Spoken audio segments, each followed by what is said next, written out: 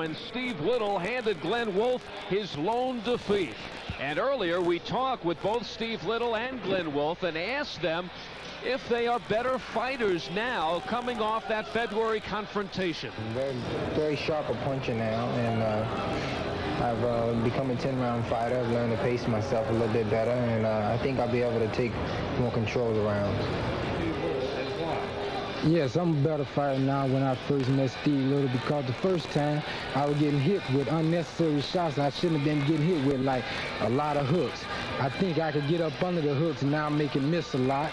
And then when he come at me, I think I'll be able to take him out. Well, if he takes him out, it would be the first one to do it to Steve Little, who has never been down. Our main event, Glenn Wolfe versus Steve Little, scheduled for 10 rounds. And for the introductions, let's go to ring announcer Ron Diaz. Ladies and gentlemen, it is time now for our main event. The main event is scheduled for 10 rounds in the welterweight division. The referee for the main event is Mike Boggs.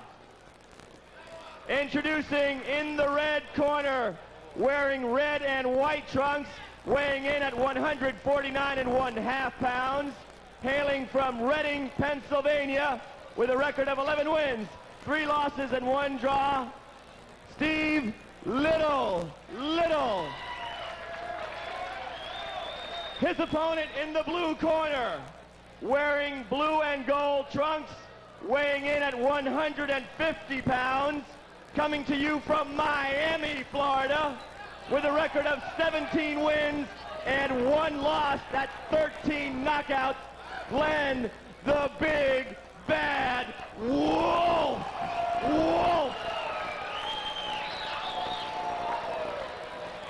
10 rounds in the welterweight division. Briefly here, if either one of you should score a knockdown, I'll send a standing fighter to the furthest neutral corner. Stay there till I tell you to come out. Don't come out early, I'll stop the count. I don't want any low blows, holding and hitting, rabbit punches or kidney punches. I'll let you fight on the inside as long as all 4 hands are free. I don't want you using your shoulders, your elbows, your laces, all right? I want a good, clean, fair fight. I won't settle for anything less. Gentlemen, shake hands. Have a good one. And the tale of the tape, 23-year-old Glenn Wolfe at 5'11", 150. The 20-year-old Steve Little at 5'10", 149 1/2. The reach, 72 inches, and there you saw the Randy's reach. Of course, that Randy's reach, we've gone over it and over it. One more time. The jabbing arm from the chin right down the barrel of the jab to the middle knuckle. That's the Randy's reach. And a big advantage for Glenn Wolfe. 2 1/4 inches over Steve Little. Well, they had a war the last time they met in Atlantic City. The judges had it scored 5-3, 5-3, 5-2-1 in favor of Wolfe. This one's a 10-rounder. Randy Gordon had it 5-3 in favor. Well, actually, the judges had it in favor of Little. You had it in favor of Wolfe. The rounds were just so close. A lot of people at ringside had Little winning. Other people had Wolfe winning. Well, what do you expect in a rematch? What have they learned from fight number 1? If Little goes to what I think will be his fight plan, you'll see more boxing on his part, and I think if he boxes, he'll have an easier fight with Wolfe, because Little has a great pair of legs. He's got fast hands, actually faster than Wolfe's, and while he's outreached, those hands are faster and he throws more combinations. Well, in that first fight, Wolfe injured his jaw taking a shot, one of the many shots from Steve Little, so he has really been out of commission the last 5 months. He had 1 fight, a 1-round victory at the end of July over Dario De Jesus, a first-round TKO. So since the Little fight, he has fought 1 round, not even, while Little, who has been extensively in the ring, has fought 24 rounds since February. And 6 of those rounds came against Olympic welterweight champion Mark Breland. That was Steve Little's gift for beating Glenn Wolfe. He was put in with Mark Breland, who outboxed him over 6 rounds. And afterward, Little told me, don't take anything away from this Breland. He is an exceptional fighter. You know, Breland was heavily criticized because of the public, some of the press wanting to see the knockouts. And going in against Steve Little, I mean, little did most of the public know what kind of a fighter Little was. Never been down in his career, very hard to remove, solid, straight ahead, hard-nosed fighter. Extremely physical. Learned his fighting in Philadelphia, where he used to be in the ring with his cousins, guys by the name of Myron and Mildred Taylor. So he's extremely well schooled with a lot of heart and a solid chin. Sorry, on the first fight, they just jumped on each other from the opening bell. Now they're showing a lot of respect. Remember, Wolfe, 17-1, 13 knockouts. And the little corner expects Wolfe coming out looking for that big right to end it. That's what they felt he was expecting in the first fight. Never happened. Closing seconds of the first round in our 10-round main event. The left, record of 17-1, 13 knockouts. And it is 20-year-old Steve Little. In the red trunks, his record 11-3-1 with just 4 knockouts. 4 knockouts, and one thing they're working on with Steve Little is get a little more leverage in the ring. He's used to moving around quite a bit, the Philadelphia style. I want him to plant a little more, get some leverage, and work on the power and the punches. When he does plant his feet and launch those shots, he does have good power. But so many times he's up on his toes, throwing the shots, so they're nothing more than scoring arm punches. And this fight against Glenn Wolfe, they are wary about the right hand by Wolfe, so the instructions basically for Little is to move around. So perhaps they'll work on the planting and the leverage some other time. Right there you saw some leverage from Steve Little, digging those toes into the canvas, drilling the body shots and bringing them upstairs. And this is how their first fight went, right on top of each other. Well, Little with a feather in his cap by beating the then undefeated Wolfe in Atlantic City in February. Why do you think he's fighting him again? Why do you think Steve Little took the rematch? What does he have to gain? Dan Maricoli was talking at the weigh-in today, and he said he just likes to keep his man active, and they were looking for some fight. It's national exposure here on USA, so they took the fight. They did it once. They feel they could do it again. Little was in 10 rounds in June against Sanford Ricks. Ricks, who had a record of 20-2, and he was beaten in 10 rounds. A decision going to Steve Little. And Little said after he beat Ricks, he figured he had his ticket and his career would really take off, but he found it hard to get fights. And he thought by fighting Wolfe here tonight, though he had nothing to prove, probably everything to lose since he's beaten him already, but he felt that he could revalidate that ticket. The victory over Wolfe here tonight by Steve Little may set up a pretty nice ticket for Steve Little. And this has been a very nice round for Steve Little, picking off the shots of Glenn Wolfe, physically pushing him around the ring, and from the outside, outboxing him. That time, we saw Wolfe use the longer Randy's reach, keep the left jab in his face, and then drop a right hand on his chin.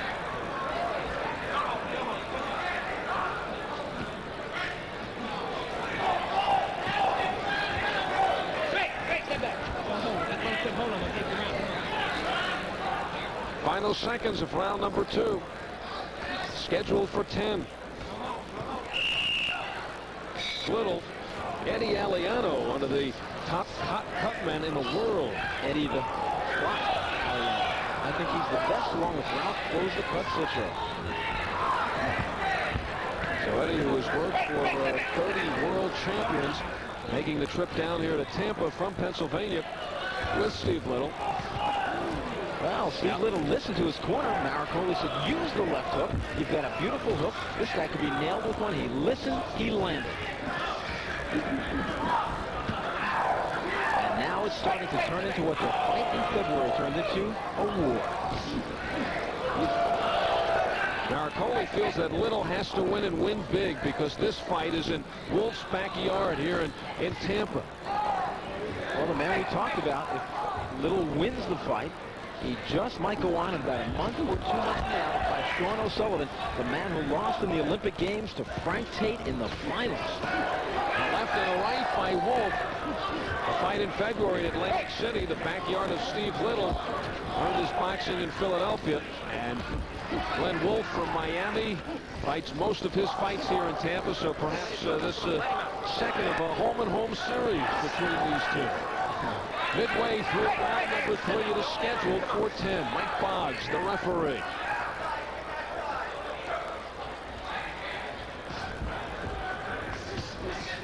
Nice body work on the part of Steve Little.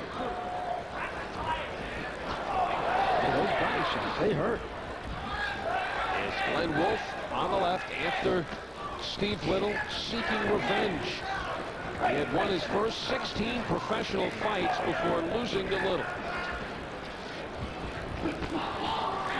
I watched the tape of their first fight over and over again. I counted punches many, many rounds. There were several rounds where both guys landed well over 100 punches apiece. Remember, there's only 180 seconds in each round, so 100 punches per round is a heck of a lot of shots. It's about as many punches as you landed on Harvey Hester. Except he didn't feel them.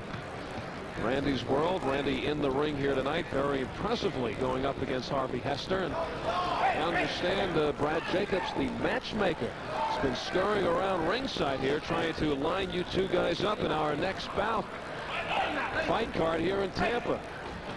The only problem in that one, you won't be able to wear that black jacket you were wearing in your Randy's World.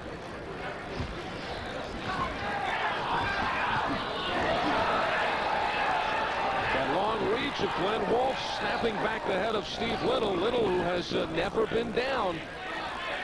And Wolfe, who has knocked out 13 of his 17 victims. And let's follow Glenn Wolfe into the corner. And quickly out there is trainer Jimmy Moon.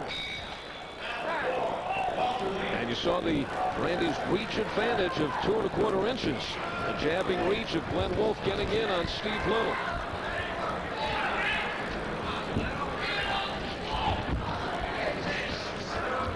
Both guys said they would box a lot more. And in the first round, we saw a lot of boxing. But since then, it's been right in close, right on top of each other. They have not let up, and the pace is now beginning to pick up again.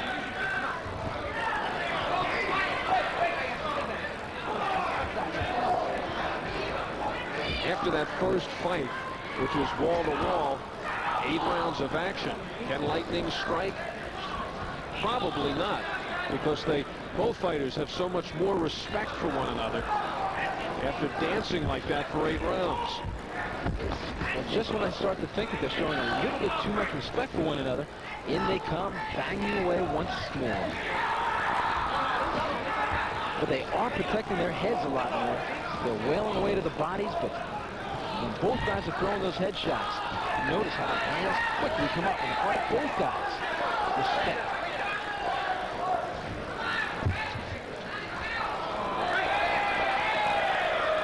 Steve Little headlock, but walks away. Steve Little told me at the weigh-in today, I'm worried about a hometown decision. Hey, we've seen him everywhere we go. If you're going to win the fight, you're going to win it.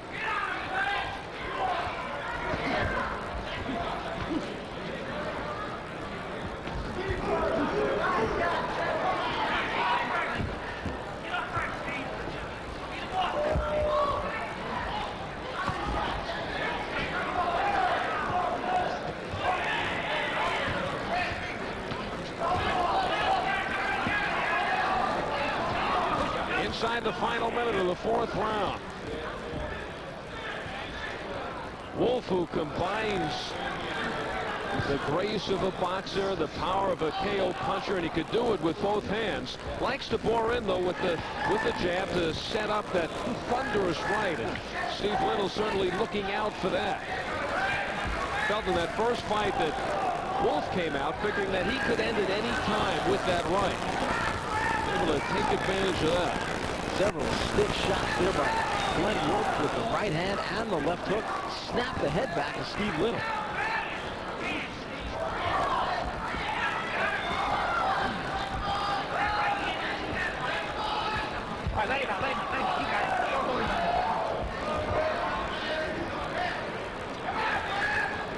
final seconds of round number 4. The rematch between Glenn Wolfe and Steve Little.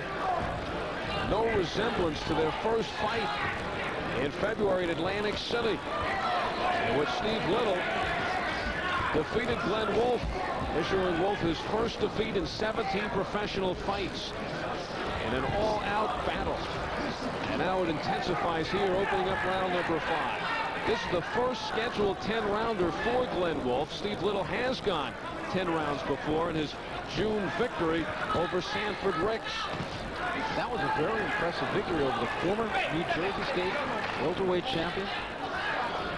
And in his fight right before that, he went 8 hard rounds with Ohio's tough Joe Walker to a draw. A lot of people at ringside thought that Steve Little won the fight, but I think he faded late in the fight. And he got off to a slow start also. As those middle rounds he dominated. Had he done a little bit better in there, his victory should have been his. Little with the right and the left, turning Wolfe around. Right now I see Wolfe getting stronger and stronger, and Little looks to be having problems staying with Wolfe at this point.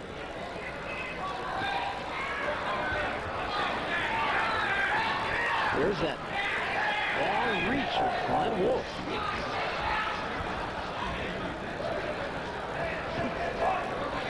Not a damaging punch, but it's a frustrating punch, at least for Steve Little. He doesn't know how to counteract it. He ought to do what he did the first fight, just come right in and start wailing on the belly of Glenn Wolfe. Look at that left jab of Wolfe. Reminder against Steve Little, never hit the canvas in his professional career. He also had an amateur mark of 42-3. Never down in those 45 fights. As a pro, Little 11-3-1.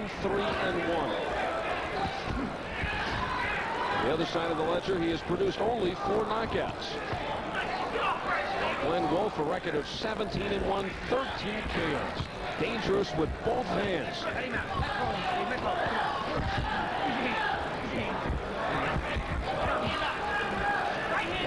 Little being muscled this round. Back is to the ropes. He's being pushed around. Just dominated this round by Glenn, the big bad Wolfe.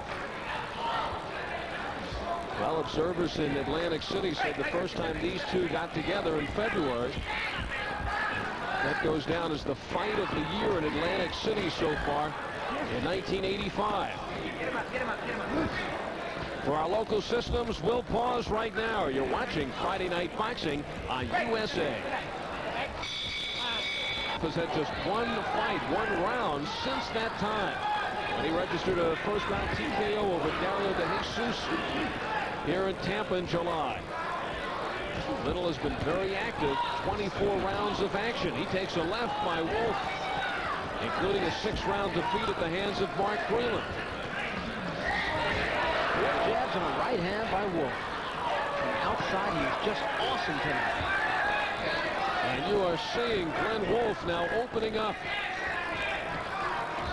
showing what he can do in the ring. He combines great strength and quickness and finesse. Really puts together the different facets of boxing.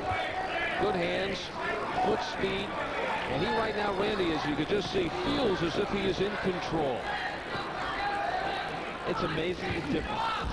I don't know how many times he watched the tape, if he watched it at all. But he knows from the outside in fight number 1 that he was just totally outgunned. The foot speed of Steve Little was just too much for him. So he's adapted. He's not wasting too much energy. He's standing in front of Steve Little, but he sets everything up with that long left jab. And he's working from the outside, not going inside against Little. Something he felt he did too much in their first fight. Felt he was fighting Little's fight by taking him inside.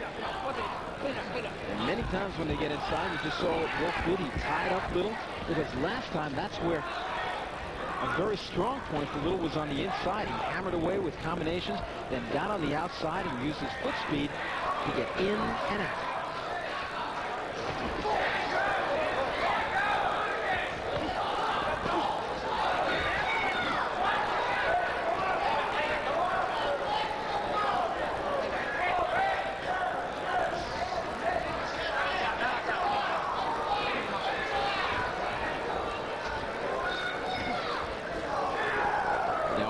Wolfe is making any one mistake with that left jab. Many times he throws it, he brings it back down very low by the yellow waistband.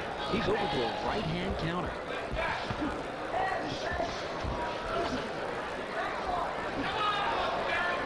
It's our main event on Friday Night Boxing here on USA. Glenn Wolfe on the left, Steve Little on the right, and Mike Boggs, who appears to be tired, being assured by his corner that he'll catch the second win. This is scheduled for 10 rounds. They're trying to get Little to stay inside, something we're talking about in the 6th round. Wolfe has been able to avoid it, but not here as Little tries to muscle him into the corner. Want him to stay inside, shorten up on his punches, and now it's Little who allows Wolfe to come out. And Wolfe goes after Little and pins him in briefly in that other corner. Little is not listening to his manager, Dan Maricoli. He said, get on the inside, stay there. What is he doing? Running around the ring.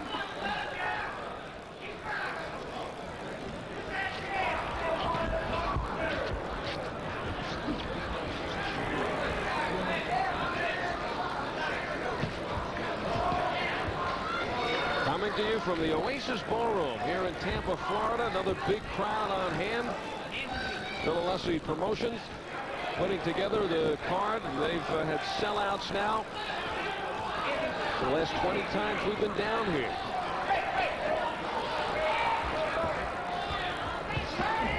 Glenn Wolfe, who has fought here in Tampa on many occasions. And he went on the road to Atlantic City in February and was shocked by this Steve Little. Now it is back here in Tampa for the 2. You know, if you compare this to a football game, sometimes a quarterback comes out in one game and just picks the defense apart. But they watch the films, and the defense closes up and they do things differently. And next time the quarterback can't get anything to it. That's what's happening tonight. In fight number 1 from the outside, Little was awesome.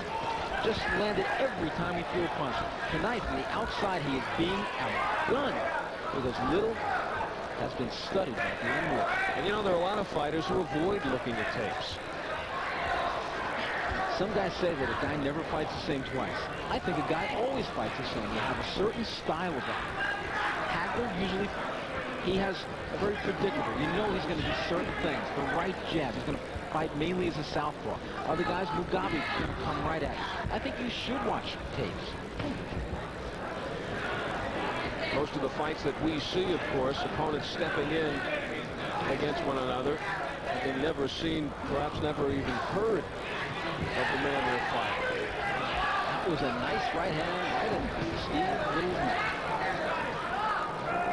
Well, these two certainly seen enough of one another. 8 rounds 5 months ago. Brutal 8 rounds. And we'll be heading to the 8th round here. It is scheduled. Yes. All right, so he sends Glenn Wolfe out with the encouragement, saying Steve Little is ready to fall. Well, he's never fallen yet. And this is 15th professional fight, 45 amateur fights. 8th round action scheduled for 10. Dan Maricoli, manager of Steve Little, just looked over at the cut man, Eddie Aliano, and shrugged his shoulders. They don't know what's going on. Maricoli knows the fight plan his guy's got to make, but he's not doing it. The fight plan is on the inside. He insists on standing on the outside. Look what happens. The longer reach of Glenn Wolfe is just beating. It's costing Little the fight tonight. Well, we've had several mysteries here tonight. Dale Robinson, Willie McGee, now Steve Little. Perhaps not the same or not what we expected. There's Wolfe on the left. Now Little on the left. I'm impressed with what I see with Glenn Wolfe tonight. He's picking his shots. He's taking his time, not going crazy. The defense is superb.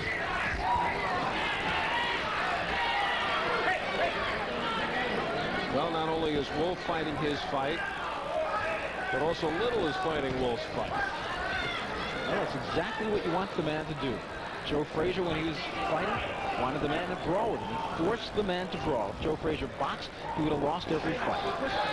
Ali, he wanted everybody to box him. Most of his opponents, that's exactly what they did. If you box Muhammad Ali, you lost. And tonight, Steve Little is fighting Glenn Wolfe's fight and paying for it. At least on your scorecard. Well, I see no way that even the judges, I see nothing coming into play with a hometown decision, as Little had mentioned at the weigh-in today. He's just being outboxed. What does your scorecard tell us? Let his left hand go. I've got it 50, make it 68 to 65 for Glenn Wolfe. So you had Wolfe winning 5 of the first 7 rounds. I've given Glenn Wolfe the last 4 rounds of this fight. 30 seconds left in the 8th. The aggressor has been Wolfe. Looks confident in the ring. Seeking revenge from Steve Little, who has handed Wolfe his first and only defeat as a pro.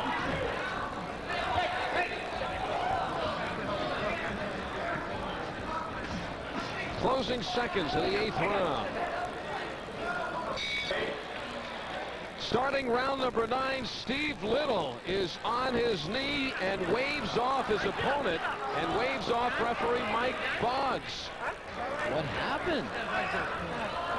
Steve Little saying no mas. I have never seen that. I would have never thought Steve Little could have that inside of him. I just can't imagine what happened. And the doctor up in the ring, Steve Little, perhaps saying, I just don't have it. And that is it. So Glenn Wolfe, seeking revenge, will score a TKO over Steve Little. I think he's claiming that he's got a bad chest cold. He can't breathe through the mouth or the nose. His chest bothers him, and I think that's why he pulled a no mas.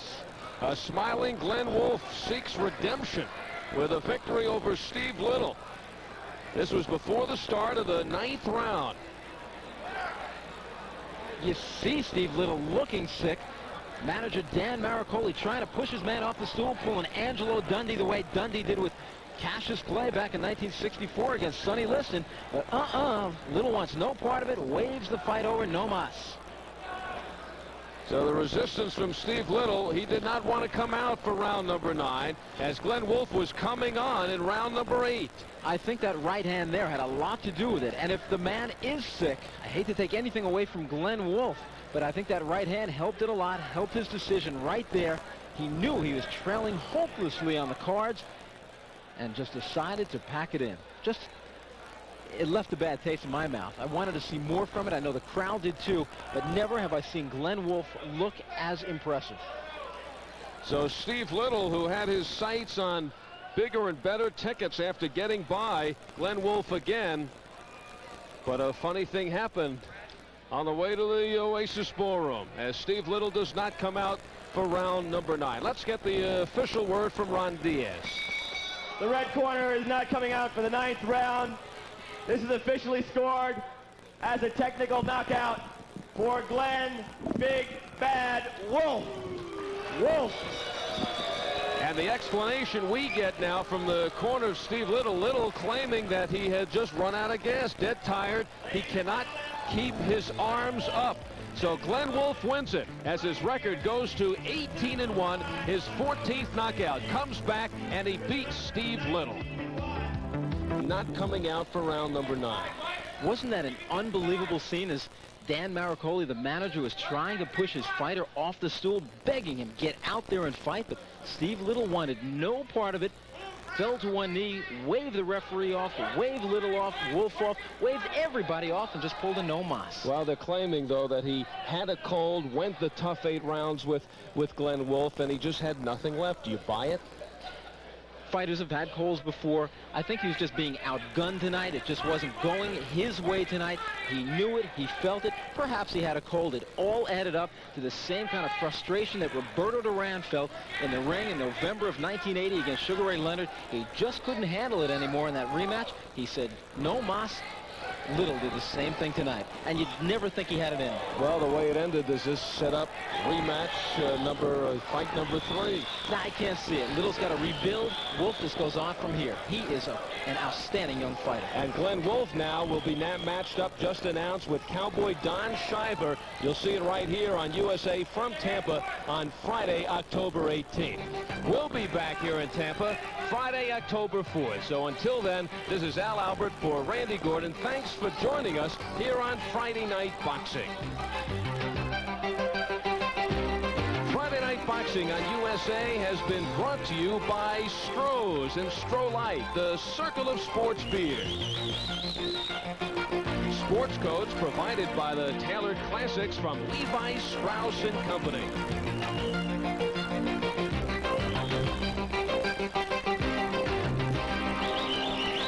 The executive producer of USA Sports is Jim Drake. Friday Night Boxing was produced by Mark D. Stolberger. Directed by Bruce Troy. Coming up, it's the world's most famous illegal DJ. Captain Midnight hits the airwaves on Night Flight. Plus, bounce along with the big beat as Night Flight takes off to Texas to sample the steamy sounds of the Lone Star State. Next, and tomorrow at 1 p.m. Eastern, it's College Football 85 when the Maryland Terrapins take on the Boston College Eagles. Live on USA.